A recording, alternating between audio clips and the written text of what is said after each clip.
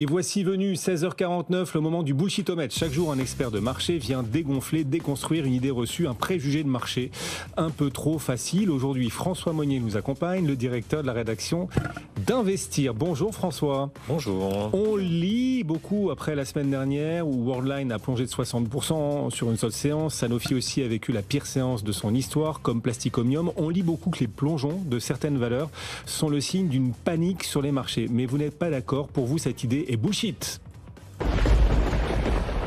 Oui, vous foudroyez cette idée selon laquelle la chute de certaines valeurs, la chute historique de plusieurs groupes du CAC 40 même, montrerait, signerait le fait que les marchés sont en panique. Pourquoi n'êtes-vous pas d'accord avec cette idée ? Je crois qu'il y a eu de bonnes raisons de valider ces sanctions. D'abord, il faut voir que jusqu'à maintenant, on avait plutôt l'habitude de voir une forte volatilité ou des fortes sanctions sur des valeurs moyennes. Et là, phénomène nouveau, ça touche des grandes entreprises du CAC 40. On a eu 3 ajustements massifs en l'espace d'un mois entre Worldline, Alstom et dernièrement Sanofi. Et ça montre qu'il y a une forte nervosité, mais ça s'explique. Ça s'explique d'abord parce que le contexte il a changé. On est dans un nouvel environnement pour au moins 3 raisons. La première, c'est qu'il y a un contexte géopolitique qui rend les investisseurs nerveux et donc on redonne une prime à la visibilité et une prime de risque aux actions. Et donc ce contexte géopolitique fait que voilà, on va vers des actifs un peu plus de qualité. Vous avez parlé tout à l'heure de l'or avec les banques centrales, et bien les investisseurs font la même chose. La deuxième raison qui explique ce changement d'environnement, c'est qu'il n'y a plus d'effet TINA. Avant, il fallait absolument aller sur des actions pour avoir de la performance. Aujourd'hui, avec des obligations américaines, vous avez du 5%. 5% dans le contexte actuel, dans un marché qui a progressé de l'ordre de 10 dizaines de pourcents, eh bien, ça mérite de faire peut-être des arbitrages. Et donc, le fait que maintenant, il y a une vraie compétition à nouveau entre les obligations et les actions et que l'univers des taux zéro, voire taux négatifs, ça, c'est terminé. Troisième explication qui montre aussi qu'il y a un nouvel environnement, c'est le fait qu'il y a une forte évolution de la gestion dite passive, de la gestion ETF. Et donc, quand vous avez un accident, même sur une grande valeur, eh bien, la gestion active ne pèse pas assez lourd pour freiner la chute. Parce que, en termes d'encours, maintenant, les grands gagnants, c'est la gestion passive. Et la gestion passive, elle ne fait pas du stock picking. Et donc, finalement, ça va multiplier ce type d'accident. Et ces accidents-là, on l'a vu dans l'histoire du CAC 40, c'était plutôt exceptionnel. Tous les vieux boursiers, je peux me mettre dedans si vous voulez, se rappellent exactement le décrochage d'Alcatel. J'étais encore étudiant, mais j'ai suivi ça de près. Alcatel, septembre 98, on a eu une chute de 38%. Et c'était vraiment du jamais vu. Il a fallu attendre novembre 2022 avec un décrochage de telle performance de plus de 30%, mais il s'est écroulé quand même beaucoup d'années où il ne s'est pas passé grand-chose. Et là, de ce coup, 3 accidents. En une semaine. En l'espace Alstom est un petit peu, oui, un peu plus tôt. Mais il y a eu Plastic Omnium aussi la semaine dernière. Alors c'est pas le CAC, mais c'est une grosse société quand même. On a signé la plus forte. On a eu Sartorius Stedim qui a perdu plus de 20%. Enfin bref, les ajustements sont très nombreux. Ça, c'est l'environnement qui a changé. Et dans un contexte où on estime que c'est finalement compliqué, alors que le contexte finalement n'est pas très compliqué, parce que la grille de lecture qu'on a sur les entreprises est extrêmement simple. Il y a à chaque fois un accident pour une des 3 raisons. D'abord, est-ce que la croissance est toujours au rendez-vous ? Est-ce que les marges sont au rendez-vous ? Est-ce que les free cash flow, donc est-ce que l'entreprise génère ou consomme du cash ?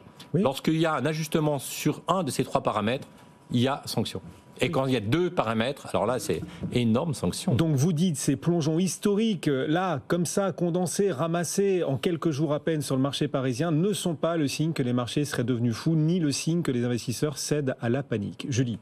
Alors du coup, François, est-ce que vous pensez qu'il peut y avoir d'autres perturbations de ce type dans les semaines à venir ? Oui, je pense qu'il y en aura encore d'autres. D'abord parce qu'on n'a pas fini de publier.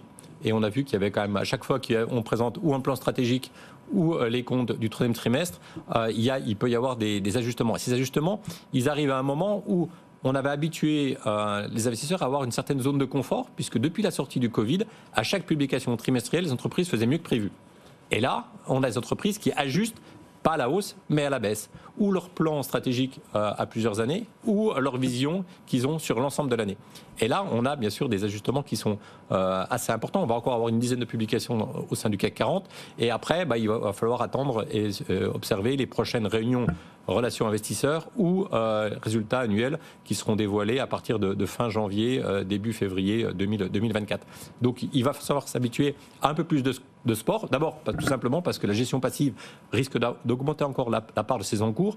En Europe, on est à 51%, mais ça va se développer encore davantage par rapport à la gestion dite active. Aux États-Unis, on est à 58%, donc on devrait franchir les 60%. Donc on voit que voilà, les personnes qui sont capables d'arbitrer et d'oser un pari en pleine séance lorsqu'un titre s'effondre, il n'y en a plus beaucoup.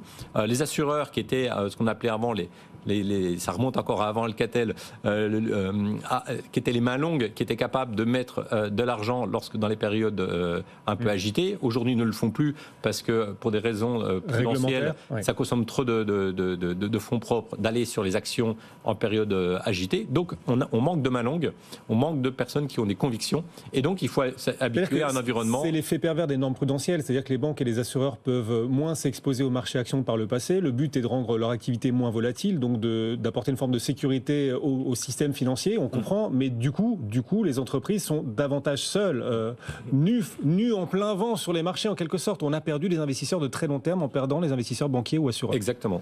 Bon, Julien. Vous avez d'autant plus raison qu'au-delà des résultats, la fin d'année, novembre-décembre, c'est une période propice pour les Capital Market Days, les journées investisseurs, donc autant s'accrocher. Juste, tous ces accidents de parcours, vous voyez des signes qui permettent de les anticiper ? Là, j'ai envie de faire référence à un autre bullshitomètre qui va faire plaisir à Guillaume. C'est qu'on avait fait un bullshitomètre il y a quelques semaines sur la valorisation. En se disant, la valorisation, parfois, ça ne sert à rien de la regarder. Et là, on a encore eu une belle démonstration que la valorisation ne permettait pas de s'abriter des ajustements. Oui. Donc les personnes qui se disent, attention, les gros décrochages, elles auront lieu sur les valeurs les plus chères de la cote, ça, c'est bullshitomètre, parce qu'on l'a vu, Alstom, qui s'est mis à consommer du cash alors qu'elle devait en générer patata, ça a perdu plus de 30%. Alors que le titre était déjà très bon marché. Pas très cher. Pareil, Worldline, pas très cher. Sanofi, qu'on disait à chaque fois, elle n'est pas chère. PER de 10. Simplement Sanofi, vous avez un track record, un historique de performance très décevant parce qu'un manque cruel d'innovation. Et puis là, vous avez un acteur qui vous dit on n'aura pas beaucoup de croissance et les marges, on ne va pas être au rendez-vous.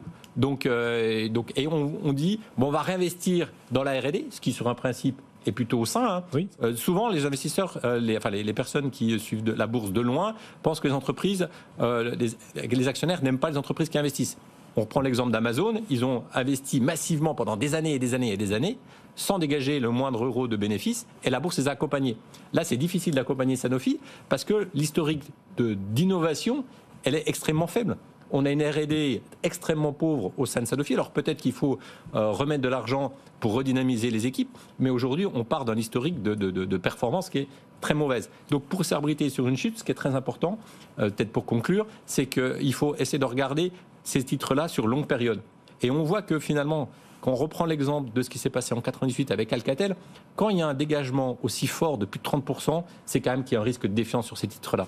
Et à la fin, c'est quand même difficile de remonter durablement, parce que ça veut dire que le verre est peut-être dans le fruit. Ok, mais compliqué de prévoir quels seront les prochains sur la liste. Absolument, d'où la logique de toujours diversifier. Et Sanofi, personne ne l'a vu venir. Alstom, il y a des signes avant-coureurs, mais Sanofi, qui aurait pu le deviner pour le coup. Effectivement. Merci beaucoup. Le bullshitomètre, chaque jour à cette heure-ci, le replay à venir sur notre site BFM Bourse.